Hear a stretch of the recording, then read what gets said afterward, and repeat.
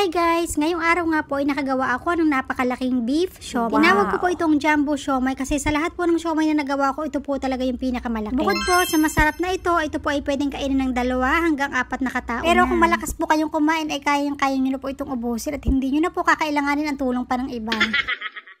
Ito nga lang po pala yung aking mga gagamiting sangkap. Meron ako ditong crab sticks, patatas, hiniwa at binalatan ko na rin po ito. At yung gagamitin ko nga po pala na meat dito ay beef. Hiniwa ko na nga rin po pala ito ng sakto lamang dahil gagamitan na naman po natin ito ng food processor. Lahat nga po ng mga sangkap, ayan, pinagsama-sama ko na po siya dito sa aking food processor bago ko po ito gilingin. Nung medyo nagiling na nga po ng kaunti, dito ko na rin nga po pala ito titimplahan ng konting oyster sauce, konting asin, white pepper at saka naglagay na rin po ako dito ng konting chicken powder. Dagdag na nga rin po pala ako dito ng 2 kutsara ng harina. Po, maging thick yung kakalabasan ng ating karne kapag niluto na. Ayan, okay na po yung ating karne kaya naman itatabi po muna natin ito. Gagawa naman po tayo ng ating siopaw dough. Ayan, naglagay po ako dito ng 1 cup ng harina, 1 teaspoon ng asin, 1 teaspoon ng yeast, 1 teaspoon ng sugar. Lagay na nga rin po pala ako dito ng konting butter. Pagkatapos, unti-unti ko po itong lalagyan ng tubig. Okay na po yung texture ng ating harina kaya naman po dito tayo ay magmamasa muna. Nagdas lang po ako dito ng konting harina pa. Bali, ito nga po pala ay mamasahin ko ng mga 3 to 4 minutes lamang. Ito lang naman po yung pinakamatrabaho sa paggagawa ng jumbo siomai, itong pagmamasa ng ating siopaw dough. Pero kahit na medyo nakakapagod siya, ito naman yung pinakasatisfying na gawin sa paggagawa ng jumbo siomai. Kapag ganito na nga po yung texture, yung parang elastic na siya, ay okay na po ito. Gagamit nga rin po pala tayo dito ng rolling pin para pumaplat at panipisin po natin itong ating dough. Ayan. So kung wala po kayong rolling pin, pwede po kayong gumamit ng empty bottles na babasagin or kahit ano po meron kayo dyan na pwedeng ipang-plat sa ating dough. At kapag po medyo manipis na yung ating dough, so gumamit po ako dito ng isang bowl na malaki para maka-form po tayo ng bilog. Kahit nga po hindi pa tapos yung aking ginagawang jumbo siomai, ay medyo na-excited na po talaga ako ng kaunti sa kalalabasan nito. Nilagay ko na nga rin po pala dito ay magiging palaman ng ating jumbo siomai. Bali, ito nga po palang beef giniling na ginamit ko dito is 1/4